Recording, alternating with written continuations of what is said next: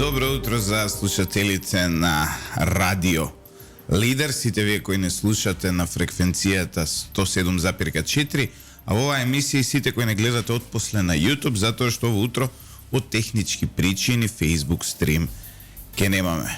Мој гостин е началникот во пензија, поранешниот началник Љубомир Ѓурчевски, со кој ќе ги анализираме актуелните безбедносни случувања во градот Скопје, кои нормално носат своји импликации и на Македонија. Добро утро. Добро утро за слушателите на Радио Лидер. Ѓурчевски, вие бевте овде 2 пати до сега. При вашето прво гостување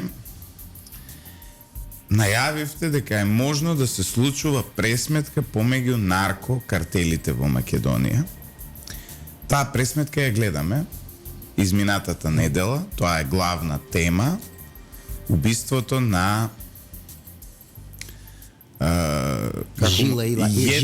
Јетон Кривањева Жила, да, така му беше цело име, и на Лаци, негов, нели, соработник. Исени. Презиме Исени, мислам Енес.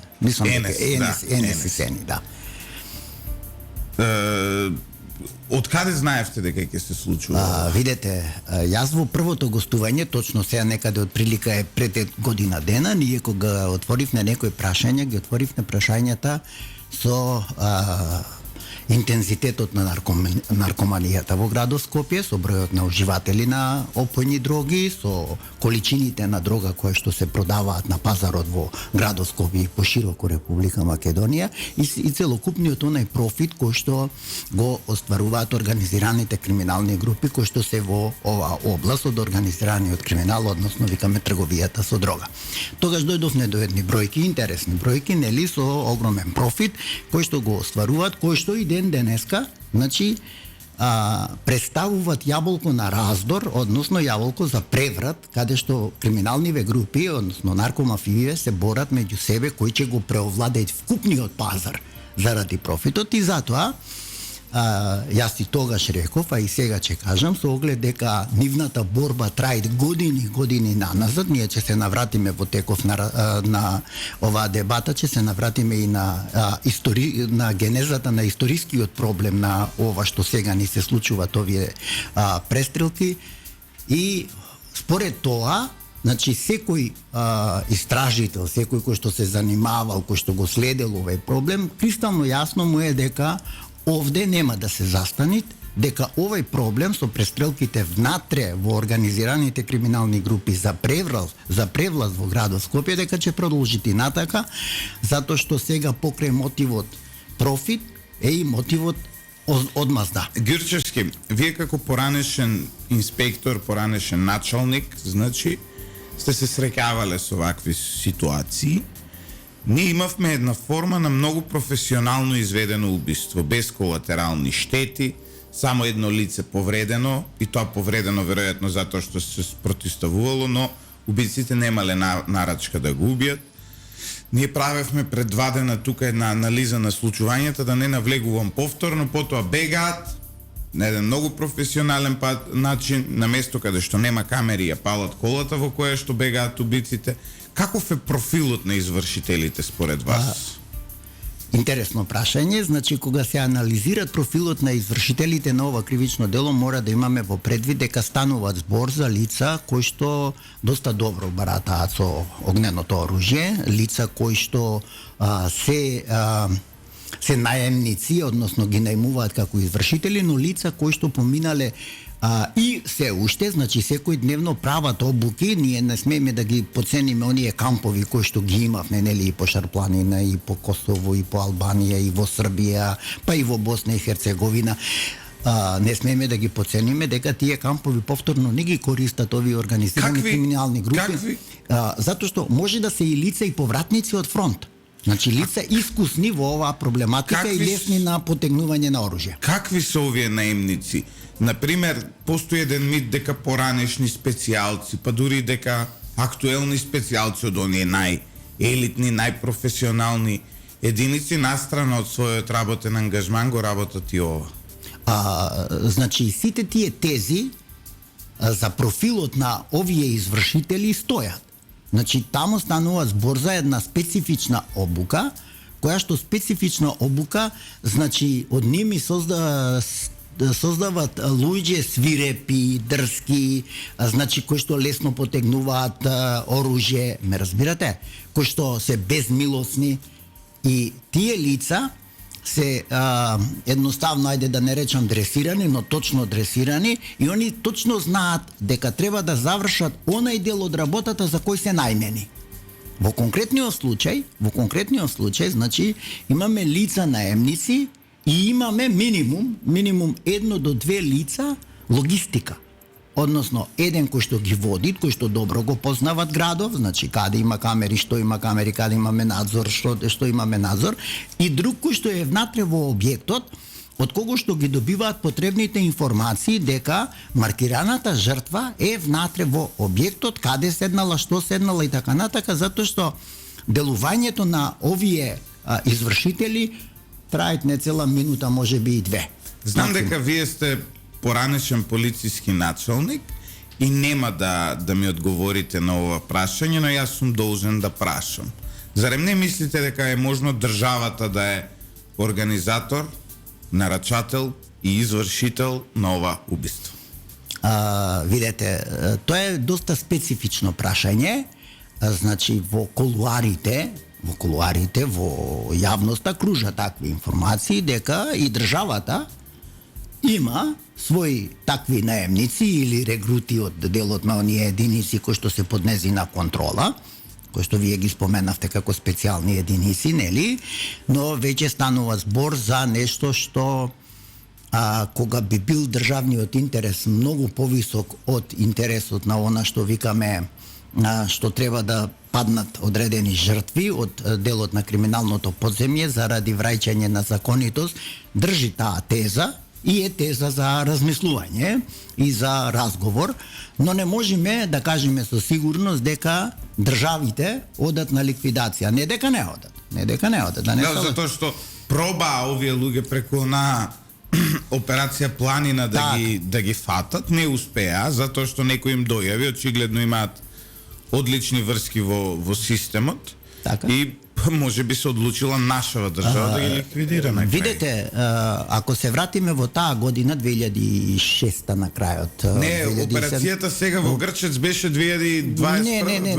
Ако се вратиме назад, уште кога ја спомнавте операцијата Планина, значи која што се одвиваше на подрачјето на Шипковица и нагоре према Бродец, значи тоа е сосема друг систем, но пак кажувам дека во овие извршители можно е да имаме лица повратници од кризните региони, значи од фронтовите, значи сега имаме еден кризен регион кој исто така создава такви платеници, Украина, тоа се па и Сирија е се уште актуелна, да не се лажиме, делот на Курдистан кој што е на територија на Сирија и се уште е актуелен и интересен за сите таму, знаете, имаме специјални единици од Турција, имаме специјални единици од платеници наемници кои што ги наемуваат одредени разузнавачки служби. А може ли да е странска држава извршител? Можно е, значи можно е да е извршител секој, затоа викаме, наемниците обично се наемнуваат од надвор и затоа јас на стартот што реков,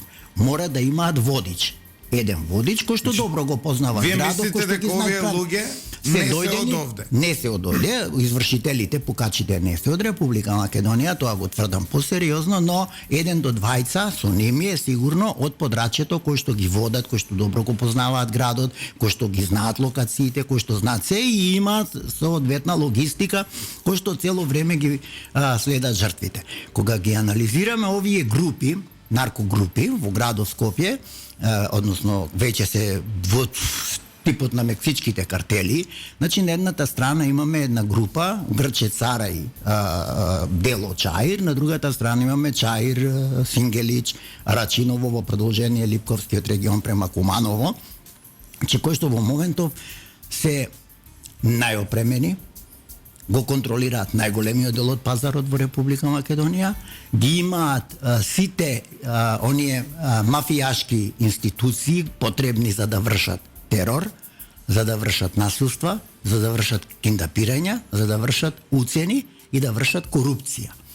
Со овие елементи, со овие методи на нивно делување, они се добро позиционирани и меѓу политичките партии. Може да објасниме овој делов со корупција, со политичките партии имам посебна тематска единица. Овој делов за корупција. Дали тоа значи дека тие имаат стотици полицајци, инспектори, началници на платен список? Точно тоа. Точно тоа. И затоа јас често пати, колегите кои што работеле со мене, јас често пати тоа сум го кажувал и дури во очи сум кажувал на одредени колеги. Колеги, ако мислите дека треба да бидете на платниот список на мафијата, ве молам надвор од МВР. Значи во Куманово тоа многу убаво го знаат. Што сум го кажувал, значи без да водиме постапки, без да се расправам, да се тужиме по судови ово она, ако сте на нивниот платен список, а факт дека има одреден број и полициски инспектори, полициски началници, полициски највисоки полициски старешини, политичари, јавни обвинители, суди и така натака и така натака. И затоа ние дојдовме до таква дерогираност на безбедносно правниот систем во Република Македонија, да сега граѓаните едноставно немаат никаква доверба, особено во судството и во обвинителството. Ме разбирате? Не може ние да ја сведиме конспиративноста на акциите, на безбедносно јавно обвинителските акции, зборувам за предистражните и истражните действија, да некој од тие активности вади записници, па ги делит на медиуми, па ги делит на политички партии, па ги делит, ме разбирате, на сторителите. Значи тоа, затоа законот таму е кристално јасен и рекол, истрагата е тајна. И додека трајте истрагата, додека нема обвинителен акт, не сме и никаков податок. Во исто време спомнавте дека тие поседуваат политичка моќ. Доколку ги гледаме овие луѓе, еве на пример доколку го земеме убиениот Жила, можеме да видиме негови фотографии со Талат Џафери, кој е председател на Собранието во Македонија, а тоа е трет човек во државата фактички. По моќ. По моќ. Ако прв втор. Председателот во отсуство на председателот го менуваат председателот на Собранието. Уставно, да, но премиерот исто има. Премиерот ја има најголемата извршна моќ во државата. Извршната моќ во државата е кај премиерот. Но, еве сега. Има фотографии со него. Доколку го видиме нивниот мегабос кој е надвор од државата, како му беше името? Шевај. Муареми. Да. Добри сме. Тој има фотографии и со Али Ахмети, има фотографии со Стево Пендаровски, има фотографии со многу битни. Со кого сакате, со сите. Со кого сака, да. Живее монденски живот надвор од државата. На скапи забави оди со Леонел Меси и така натаму. Доколку овие луѓе ги профилираме, нели, онака како што ги профилираме, дали позади нив стои политичка партија? Дали всушност тие се само една оперативна единица на една политичка партија? Тоа е ДУИ. Значи, ова последнава реченица толку е многу точна и директно мават во сршта. Тоа е, значи морам да ви честитам како новинар, аналитичар, истражувач, дека точно тоа е. Значи станува збор за лица кои што ја имаат и таа политичка моќ, но тие исто така сакаат да се покажат во јавноста со фотографии, со коментари, да бидат забележани на тие места каде што се политичките елити и така натака, со тоа што праќаат порака дека ние сме тие кои што ги финансираме и ги контролираме овие политички моќници. Значи може да кажеме дека наркомафијата ја финансира и контролира политичката, било која политичка партија, особено кога имаме вакви состојби како што имаме сега поделеност во одредени политички партии, кои што значи сакаат посебна анализа и треба да им се посвети посебна анализа, затоа што тука доаѓа до израз, пошто јас долго време од мојата политичка кариера помина на подрачјето на Чаир, особено делот Дижонското Панско поле, Стар Чаир, Јаја Паша џамија и така натака, значи ја гледаме целата поделеност на Чаир. Значи таму имаме доста луѓе кои што се дојдени од Косово, кои што живеат на тоа подрачје, значи, и имаме многу помал дел на автохтони, албанци кои што се од Република Македонија, и тука доаѓаат до таа поделеност која што сега се манифестират и во политичките партии, но тоа е посебна анализа и Да, тоа ќе сакат посебна анализа. Во овој момент токму политичките партија, се не викаме ние дека сите од ДУИ се ова, во ДУИ веројатно има и многу честни луѓе, посветени луѓе. Не знам сега, овие луѓе со Фатмир Бесими не можам да ги споредам, да ги ниту пак да ги ставам во ист кош, затоа што човек докторирал у Англија, нели паметен. Ма не само што е паметен, него има начин на однесување, има еден друг нарав, но со Артан Груби може да ги поврзиме, затоа што се сликаат со него, со Талат Џафери може да ги поврзиме, затоа што заедно со него ручаат вечера. Ајде, ако веќе така онадиме, ние мора да имаме да посветиме и соодветно внимание да ги погледнеме и навивачките групи, неспорно, не само швицерите од каде што извират Артан Груби.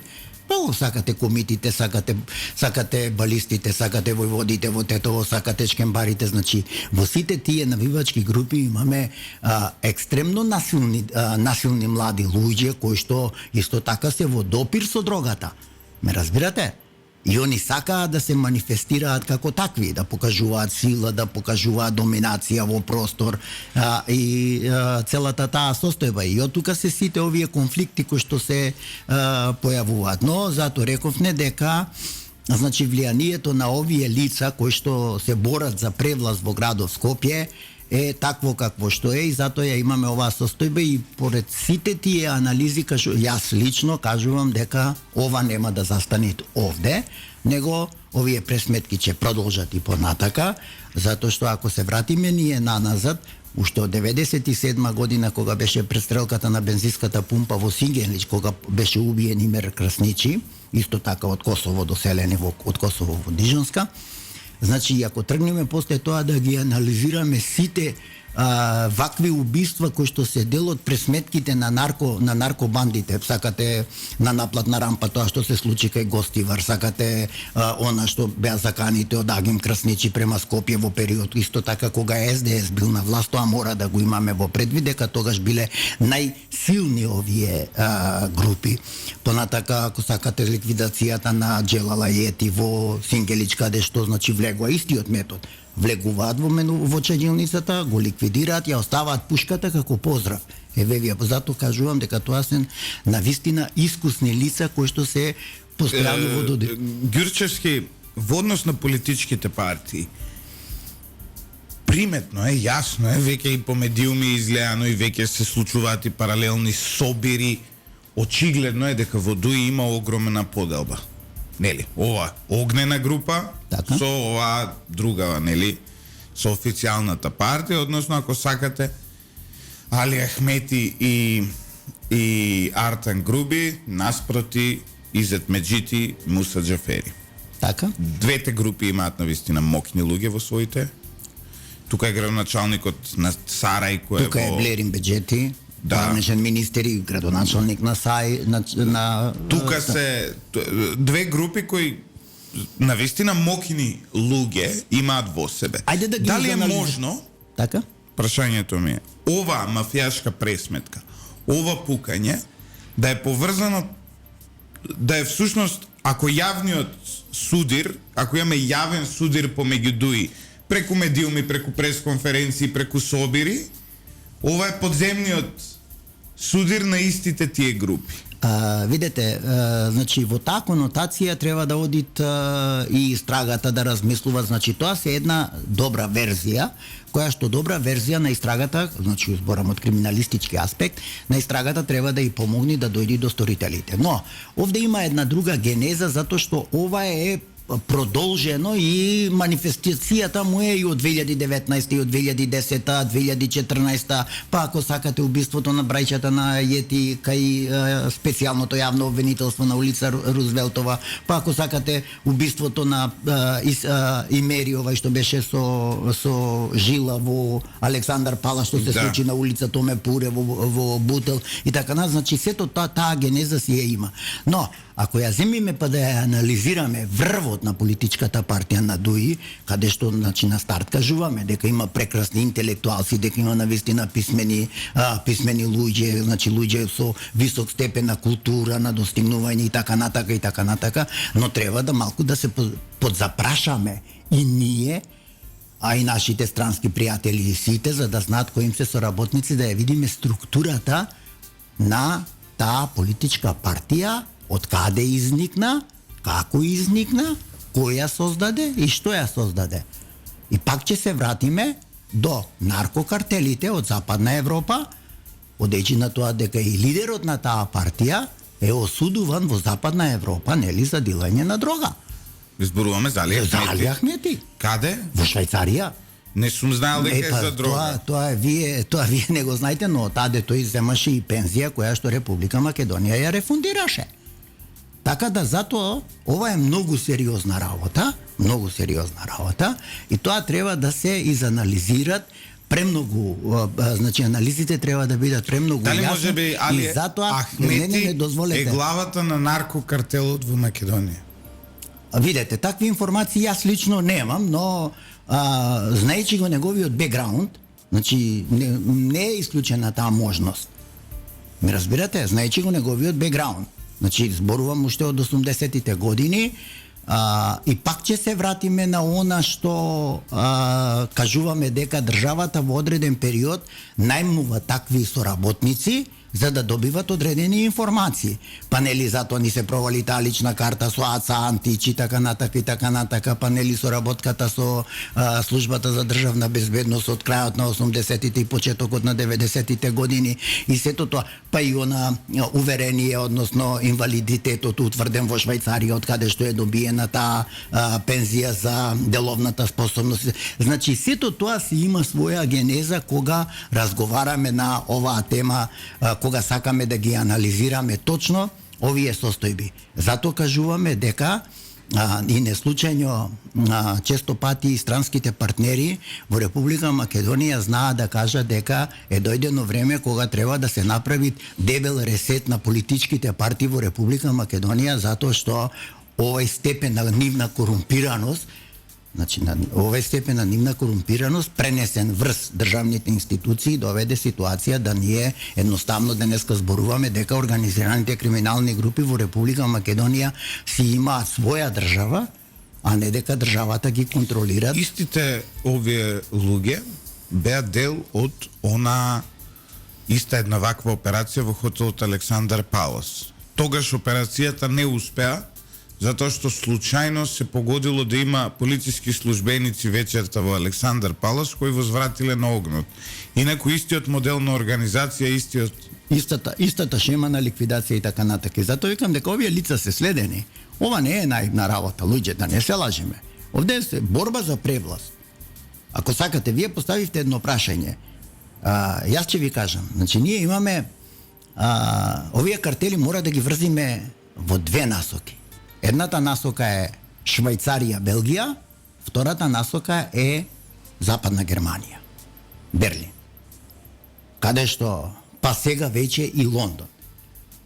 Каде што организираните криминални групи од албанската популација, јас никој пат нема да речам албанската мафија, затоа што немаат избрано се уште кум, кога ќе изберат кум тога, значи они делуваат во рамки на сицилијанската мафија, значи се толку добро етаблирани и толку многу насилни и дрски во освојување на простор. Па нели ја фатија сицилијанската мафија, нели падна босовите? Па падна, ама затоа па тој се префрлат. Вие многу убаво кажавте, односно тезата кога ја поставив, некаде ни се шетаат нас каподи тута капи овде кој за Македонија, нели?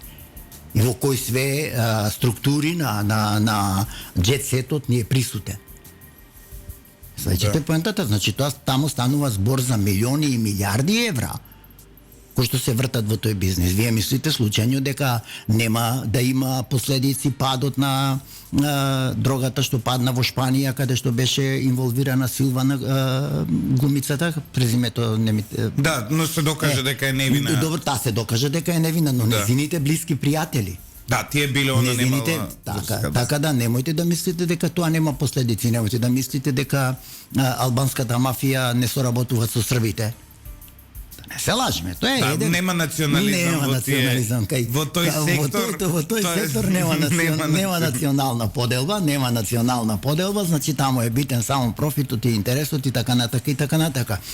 Јас исто така, одејќи на тоа, анализирајќи ги сите оние убиства кои што ни се случуваа по Србија, во тие наркопресметки на картелите во Србија, не е исклучена можноста да некој од овие извршители е најмени од Србија. Има неколку тези во однос на извршителите.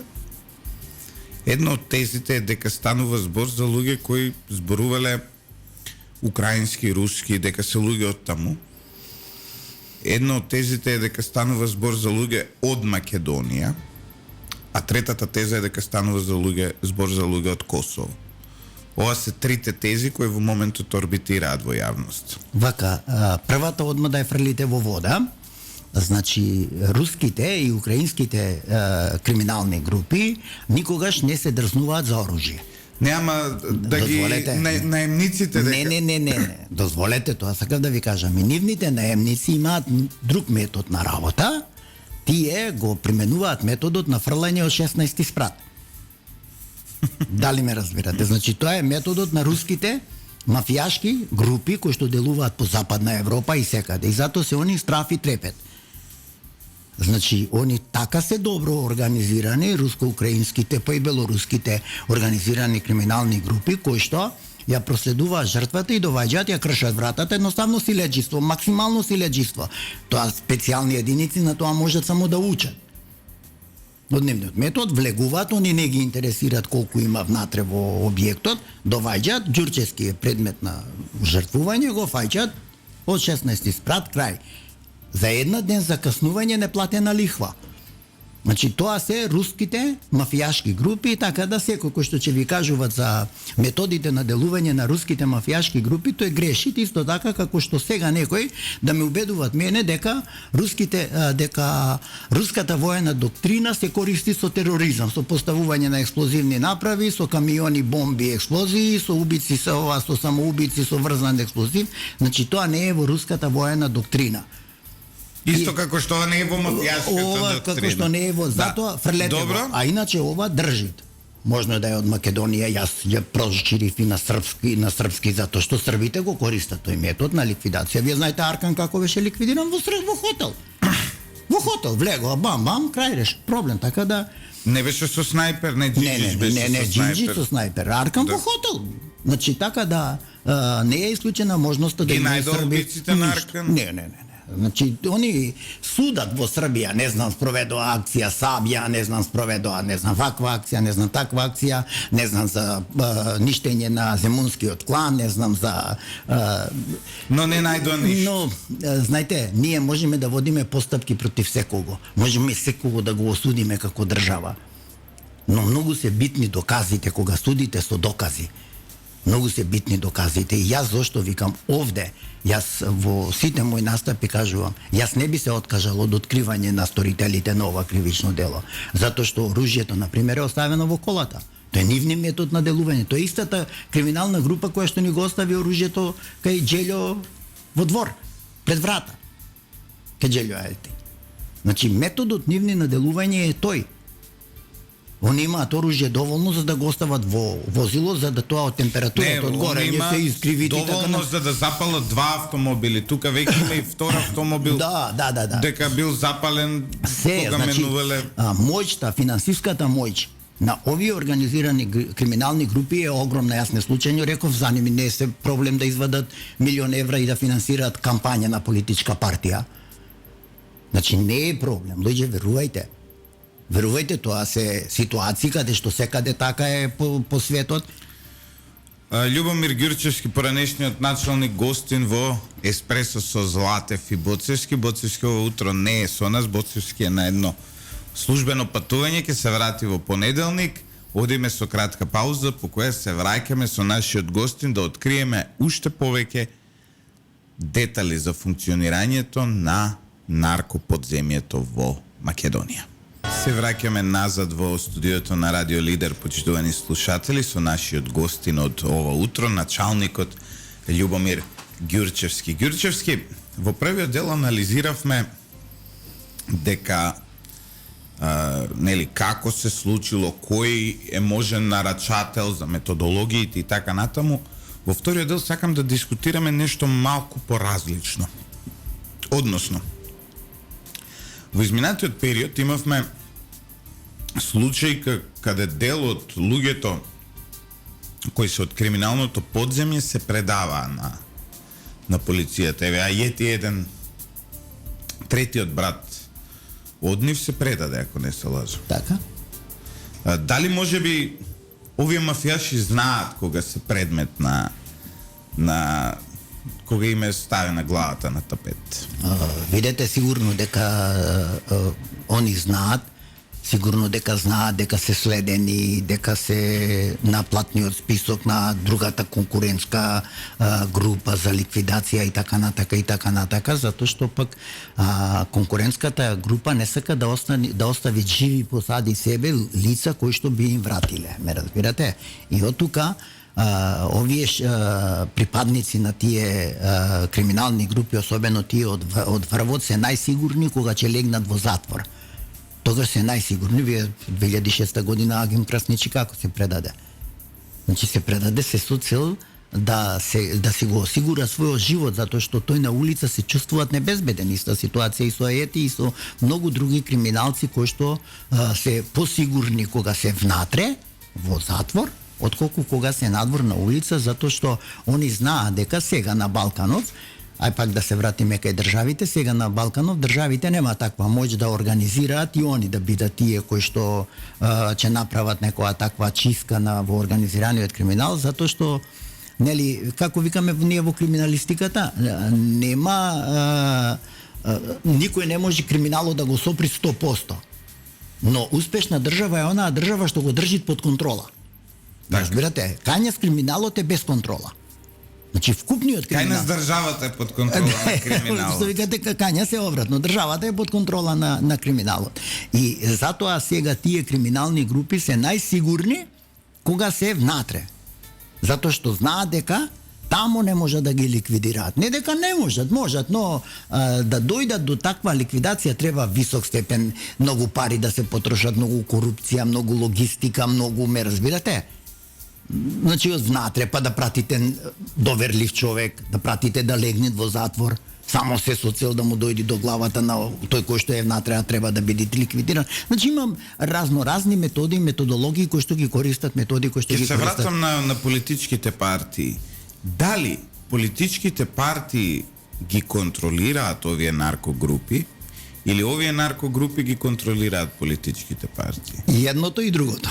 Или е се едно исто тоа? Се едното е исто, точно тоа. Значи така се испреплетени тие работи, затоа рековме, ајде да ги анализираме политичките партии, ќе видите дека во политичките партии ние ги свативме дека се место за брзо богатење на бедници кои што доваѓаат без никаков имот, а за кратко време стануваат мултимилионери користејќи ги бенефициите од организираниве криминални групи, нели, вршејќи им работа, давајќи им тендери, давајќи им ова, овозможувајќи им на пазарот да се чувствуваат слободни, овозможувајќи им неказнивост и така натака, нели? И кога ќе ги врзите тие две работи, одма веднаш доваѓате до таа состојба кој кого контролират. Тоа е вечето прашање, што е постаро, кокошката или јајцето? Овде е точно тоа, кој кого контролират.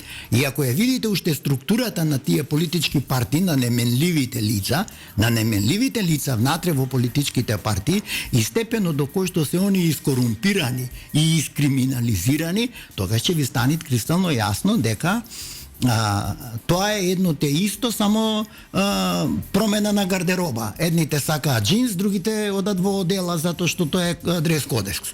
Ме разбирате? Иначе тоа е се едно. Дали одиш во фармерки или во одело и дали носиш пиштол или новченик? Или новченик. Ете тоа е. Тоа разликата, значи кога ги анализирам. Карта.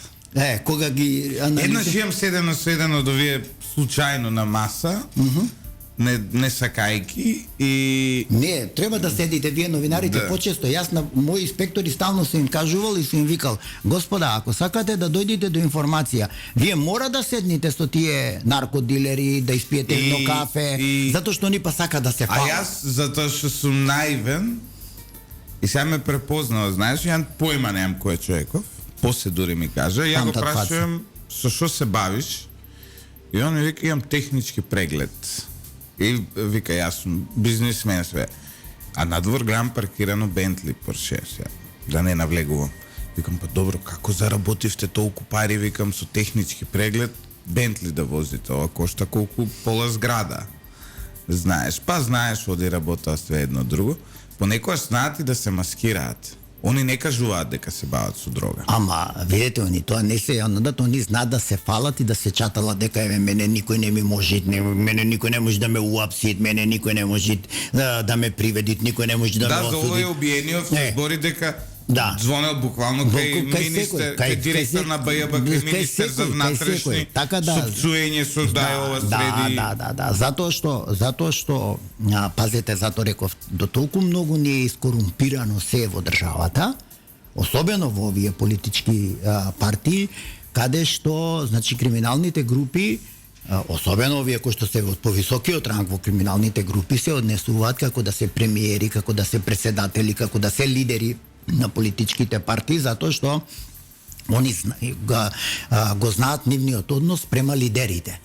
Значи, кој им е лидер, што им е лидер и така натака, и затоа јас сум кажал дека во политичкиот систем на Република Македонија, генерално, значи не само во делот на Уставот, него е потребен еден цел ресет и дека ни е потребно едно ново уставотворно собрание, каде што работите ќе бидат редефинирани од нула, а не по онај фрчков систем, него по еден навистина граѓански европски систем, каде што многу работи ќе бидат кристално јасни, затоа што ако пак се вратиме на политичкиве партии со една ситна анализа, јас ви тврдам дека било кој од овие наши политички лидери овде во Република Македонија, надвор од Република Македонија, може само да тоалети да чисти, а не да биде министер.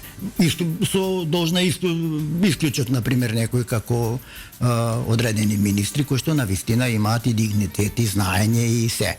Ама одредени луѓе не ќе можат ни тоалети да чистат, да не се лажиме, а не да бидат лидери на политички партии. Ѓурчевски, во однос на самата перцепција за безбедноста во градот, знаеш, порано, ќе речем во ваше време, овие групи... Јас поќе работе во ова време. Да. 10 години имам работено во времето на СФР, значи до 91. Не, зборувам за време 90, 2000, 2010 и сега, значи кога сте во пензија. Да. Порано овие луѓе ретко излегуваа од нели нивните условно кажано гета. Како што е Сарај, како што е Кондово, нели село во Сарај, како што е Чаир, како што е Студеничани на другата страна. Денес овие луѓе се редовни гости во најелитните ресторани во центар, поседуваат бизниси во центар, поседуваат деловни простории, поседуваат огромен имот и можеме да ги видиме буквално кај нас овде во градот. Порано беа, знаеш како некој синоним за гето, и во Лондон има мафија, но таму во тоа гетата каде што никој генерално нормален од овие, мислам нормални, тие места живеат нормални луѓе, но каде што не се одвива деловниот живот на градот, каде што не се одвива бизнис животот на градот, тие се таму, овде се буквално во центар. Овде во секој викенд во најелитните клубови во Скопје, овие луѓе имаат маса убави девојки, им пристапуваат на политичари, седат на маса со нив. Ме чепнавте за една работа за која што предолго ја коментирам во делот на начинот на функционирање на безбедносните системи кај нас овде и во Западна Европа за некој кој што сака да каже демократски системи. Сами го поставивте прашањето и само одговоривте, одејќи на тоа дека секаде во западните држави имаме делови, квартови во градовите, каде што се избиени од безбедносните структури, се избиени криминалните групи и сите тие действија се одвиваат таму, но се одвиваат и тука, но тука не смеат да се задржат. Зборам во елитните населби. Да, например, порано беше така, знаеш дека не треба да одиш во Арачиново и тоа е тоа, знаеш. Не, дозволете, ме чепнавте, затоа ви реков, че ви одговорам. Ако појдите во Чаир, И ако разговарате со старче ирчанец, кој што живее тука, без разлика дали е турчин, пошто старите чаирчани се претежно се од турската популација и од македонската популација и многу мал дел од албанската популација, они ќе ви кажат дека никогаш не се чувствувале понебезбедни отколку сега. Затоа што бројот на лица кои што ги уживаат овие благодети, кои што се модификација на джет сетот од запад, пошто некој сакат овде да го покажат, но тој е толку многу искриминализиран и джет сетот е толку многу присутен со дрога, особено со кокаино, да глава ме боли кога ги анализирам ними, кога ги бонадам. Ми рековте, прашавте за Лондон или за Њу Йорк или за кај сакате на Вол Стрит, значи таму владеат посебни безбедносни методи кои што ги работат приватни агенции за интерес на бизнисмените кои што своите големи бизниси ги стекнале години наназад со воени профитерства. Добро, сега не сите. Не, тоа е генерално. Генерално. Ајде да го земеме банкарскиот сектор. Добро. Ако сакате ќе се вратиме од крстоносните војни, од појавата на хартиите од вредност. И кој може, меѓу тие лордови и меѓу тие семејства, каде што викате стото колено му е бил рицар на Ричард Лавовско срце, и некој да му влези во неговиот кварт. Знаете што ќе се случи? Машина за мелење месо. Добро, сега, например, JP Morgan е од неговата... Ајде Бил Гейтс, ајде земете го Бил Гейтс. Што бил татко му на Бил Гейтс? Обвинител. Ама што е Бил Гейтс? Не. Иноватор, не е иноватор. Бизнесмен. Не е иноватор. Криминалец кој што го загадуваат компјутерскиот систем за да продајат вирус. Не. Различно, не можам да ја прифатам оваа теза. Кој е Сорос? Берзански измамник. Шпекулант. Па да, ама шпекулант е легална професија, човекот. Да, ама шпекулантите, истиот тој шпекулант контролираат кварт од градот во кој што го обезбедуваат еден куп платеници, исти вакви платеници како што зборуваме, значи кои што имаат соодветна обука. Така да се вратам на она што рековте 70-тите и 80-тите, особено јас кога почнав да работам. Знаете колку честно работници од Грчец, од Сарај, од Бојане, од Букович. Нема до ден денес има таму. Си одеа на работа по фабрика Карпош, по железара, по металски завод Тито, по Охис и така натака, и се функционираше. Еден полицаец ќе помини тамо, никакви проблеми. Кога ние тргнавме да се демократизираме, ама по принципот на Фрчковски, не да се демократизираме по принципите на демократијата, по принципот на Фрчковски, ние го воведовме. Прв некој што го воведе рекетот, го воведе Фрчковски. Хард рок дискотеката. Вие сте многу помлади, ама еве јас ви кажувам, затоа што тогаш работе.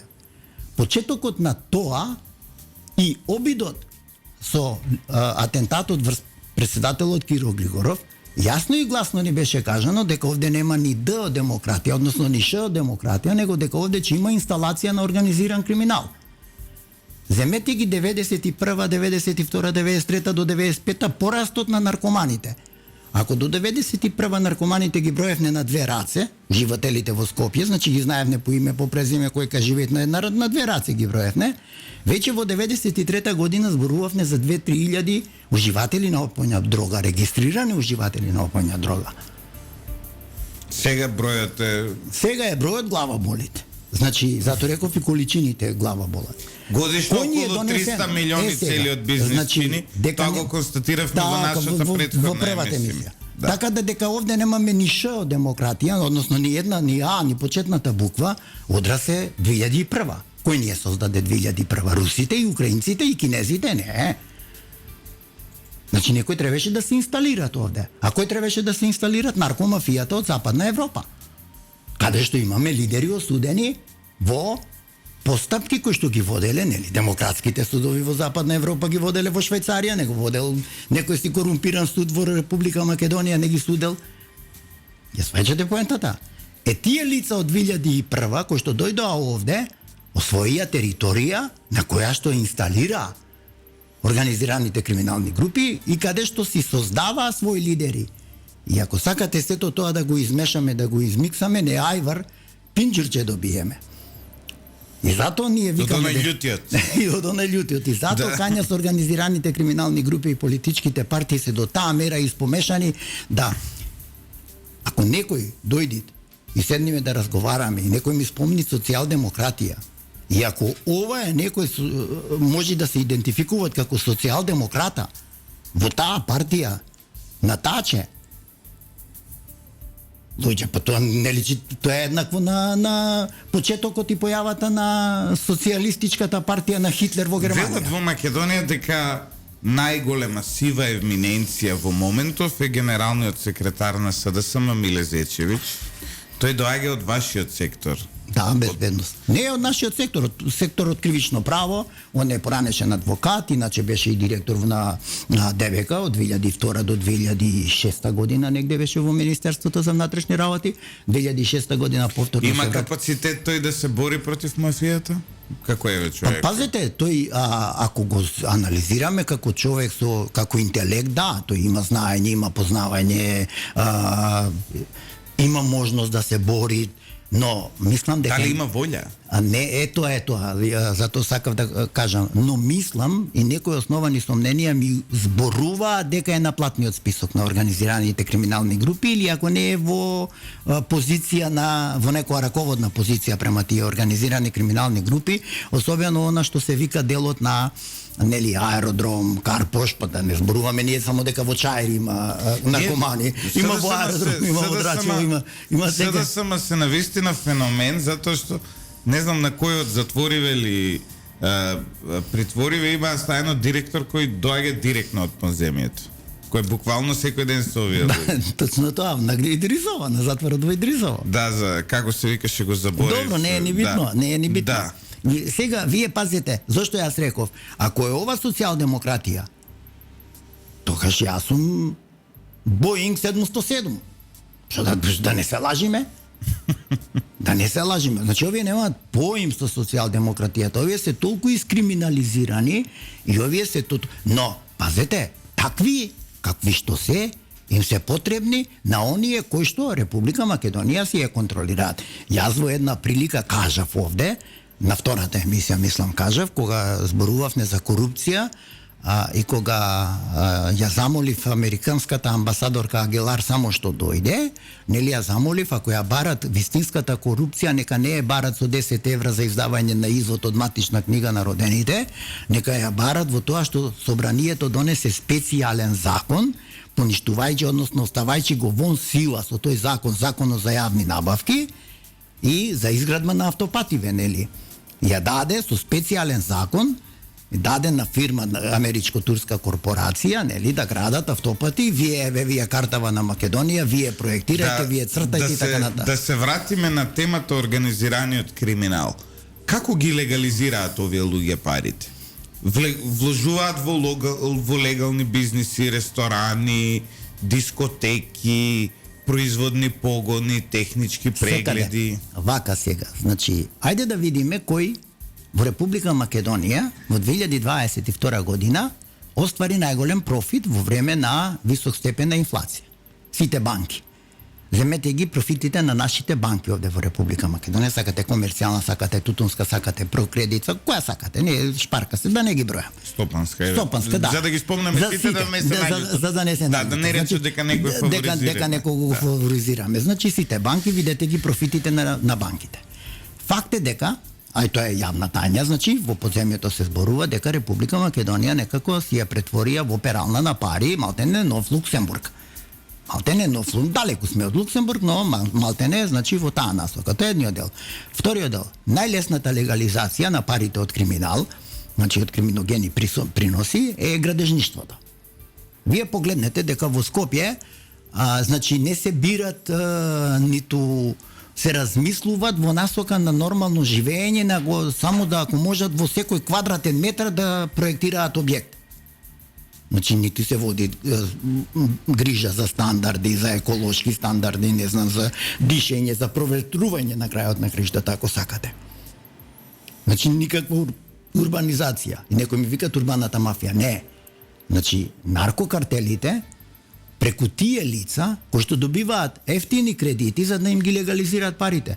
Па тој господин што го спомнав, нешто ни се шетат по цел свет, знаете какви инвестиции правит во градежништвото, никој не му ги контролират на него парите. Не слечете Да, фонд? не сум знаел. И пак, вие не знаете, затоа сме ние оперативци, нели на терен.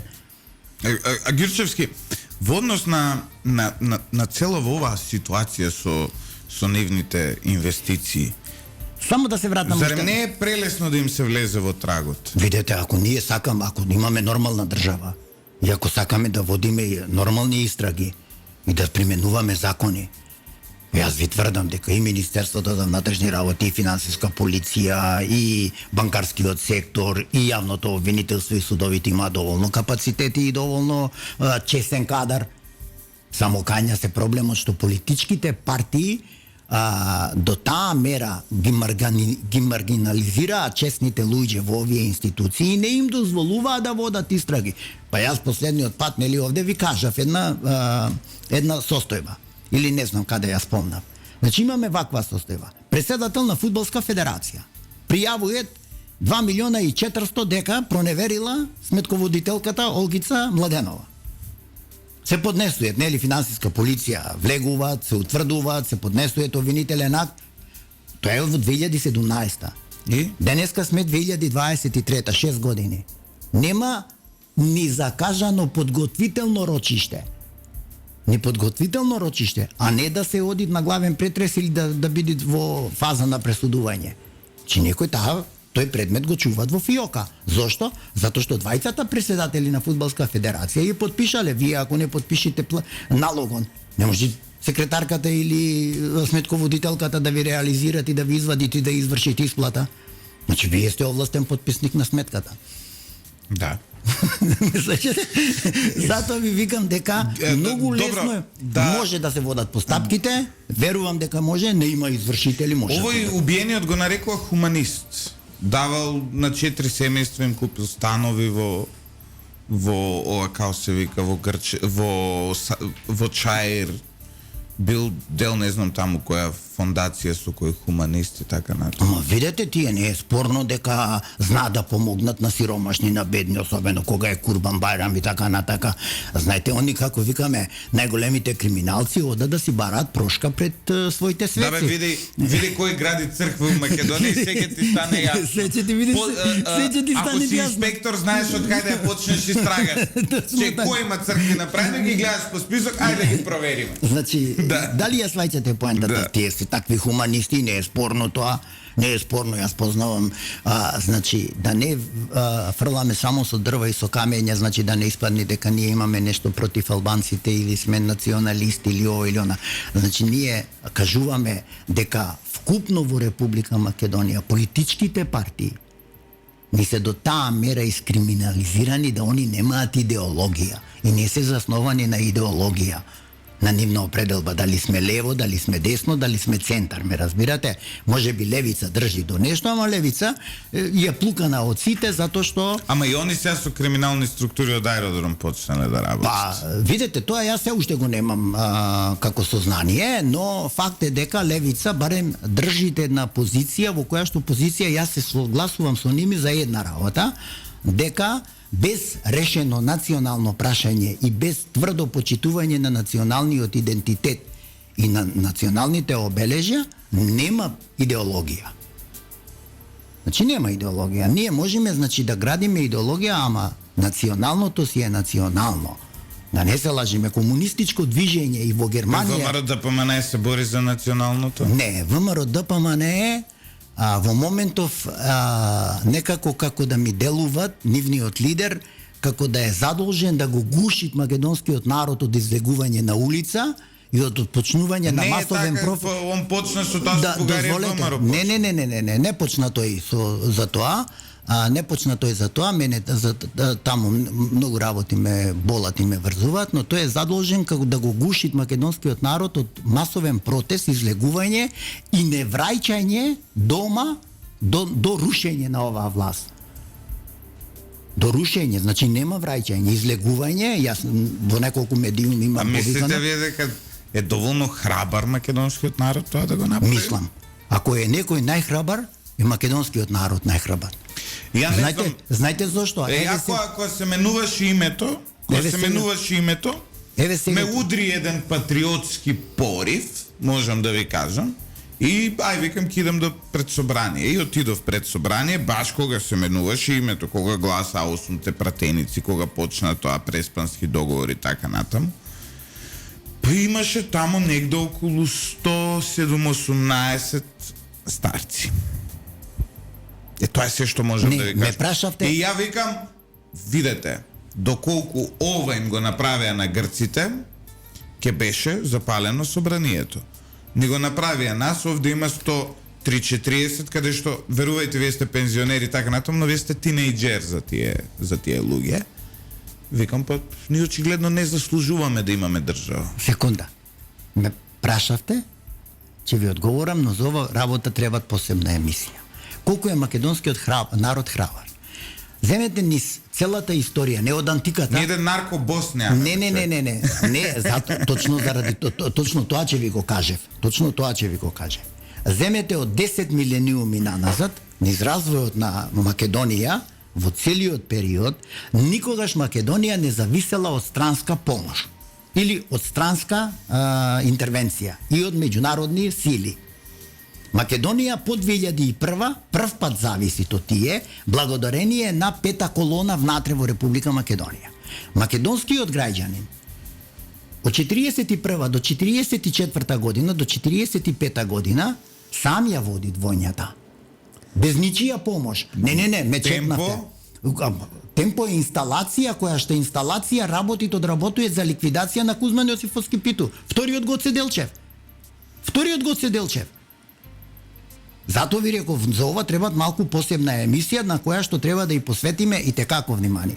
Македонецот никогаш не побарал помош ниту од русинот, ниту од англичанецот, ниту од германецот. Па затоа сме тука кај што сме. Не, дозволи. Не, јас ќе ти кажам, ќе ти одговорам. Вие многу малку сте се занимавале изгледа со 1878 година. Ако 1878 година на ревизијата, Берлинскиот конгрес е ревизија на Сан Стефано. Македонските интелектуалци кои што студирале на Сорбона, кои што биле сите во основа социјалисти, прифателе англиска кралска лоза, пошто по промената на името прв овде кој дојде, Чарлс, ако прифателе англиска кралска лоза, Македонија ќе била цела во етничките граници. Арно ама, Грција и Бугарија, чии кралски лози имаат и кој ги создал? Немојте да ми зборувате за македонецот. Македонецот тогаш кога ќе се најде во тесно, а факт е дека се уште не сме во тесно. Дека се уште добро пливаме. И тоа странците го знаат, затоа што фактите се на наша страна. Еве ги најголемите институти за ДНК анализи што ти викаат, на 30% гените на денешниве македонци се еднакви со гените на античките. Никој нема друг од 5% повише. Кои што живеат на Балканов. И тоа не ми ги зачутует Швајцарија, ги зачутует институтот во Мадрид. Ја имам за мене прајно, мене ми излезе дека сум келт, така што јас зато ви кажувам. Да. Значи македонецот колку и дајте, па ние ако сакавме да се лигавиме, Лавров нас не повика да не поднесуваме извештај до Советот за безбедност дека е решено македонскиот спор со Грција со потпишување на Преспанскиот договор. Лавров не повика. Но ние имаме пета колона во Стево Пендаровски. Значи го тргна Ѓорѓе Иванов, го донеса Стево за да испрати извештај во Советот за безбедност дека спорот е решен. На обострано задоволство. И очекувате русите да стават вето или кинезите? Не ги не интересират понатака. Грчевски ви благодарам. Ме чепнавте на кај што ме боли. И 10 минути, да, очигледно сте многу посензитивен кон националните прашања за разлика од мене. Јас сум така повеќе анационален. Не, така да, зато ти кажувам, немојте да чепкате дека македонецот не е ратоборен. Македонецот кога ќе тргне да води војна, ќе има кршење лобајни. Од која ќе заврши војната, веројатно. Не ви рекол. Благодариме многу за ова интервју ово утро. Почитувани слушатели, останете со фреквенцијата 107,4 FM доколку не слушате на радио.